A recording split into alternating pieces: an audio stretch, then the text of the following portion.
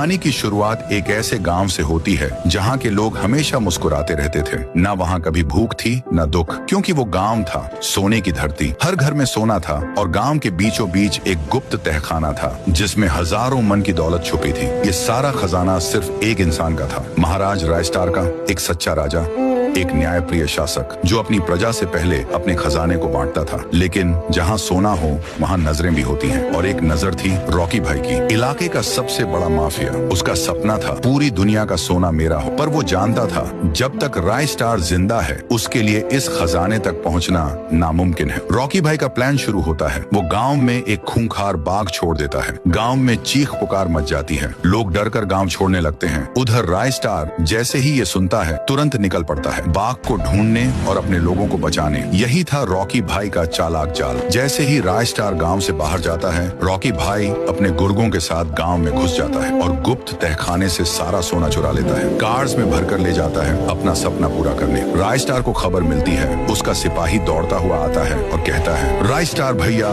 Rocky भाई सारा सोना लेकर भाग गया। रायस्टार की आंखों में गुस्से की आग जल उठती है। वो कहता है, अब समझ आया, ये सब रॉकी की साजिश थी। वो फौरन अपनी सुनहरी लैम्बोर्गिनी में बैठता है और निकल पड़ता है रॉकी के इलाके की ओर। रॉकी भाई अपने ठिकाने पर सोने के ढेर के सामने बैठकर मुस्कुरा रहा था। देखा कैसे बेवकूफ बनाया उस रायस्टार को। तभी एक आदमी दौड़ता हुआ आता है, रॉकी भाई, रायस्टार आ रहा है और बहुत गुस्से में है। रॉकी हंसता है, आने दो उस नाटकबाज को। रायस्टार की एंट्री होती है धुआंधार। लैम्बोर्गिनी से उतरकर वो गरजता है, रॉकी, तूने बहुत बड़ी गलती की है। मेरा सोना चुराकर तूने मौत को दावत दी है। रॉकी जवाब देता है, बच्चे, तू जानता नहीं मैं कौन हूँ। रायस्टार, मुझे फर्क नहीं पड़ता तू कौन है, मुझे मेरा सोना चाहिए अभी और यहीं। रॉकी चिल्लाता है, तो आ, लड़ मुझसे, अगर दम है तो सोना ले जा। और फिर दोनों के बीच शुरू होती है एक भयानक जंग। पूरे इलाके में धुआं, बारूद और धमाकों की गूंज। धरती कांपने लगती है, बिजली कड़कती है, और जब धूल बैठती है रॉकी भाई जमीन पर गिरा होता है, बेहोश, हार चुका।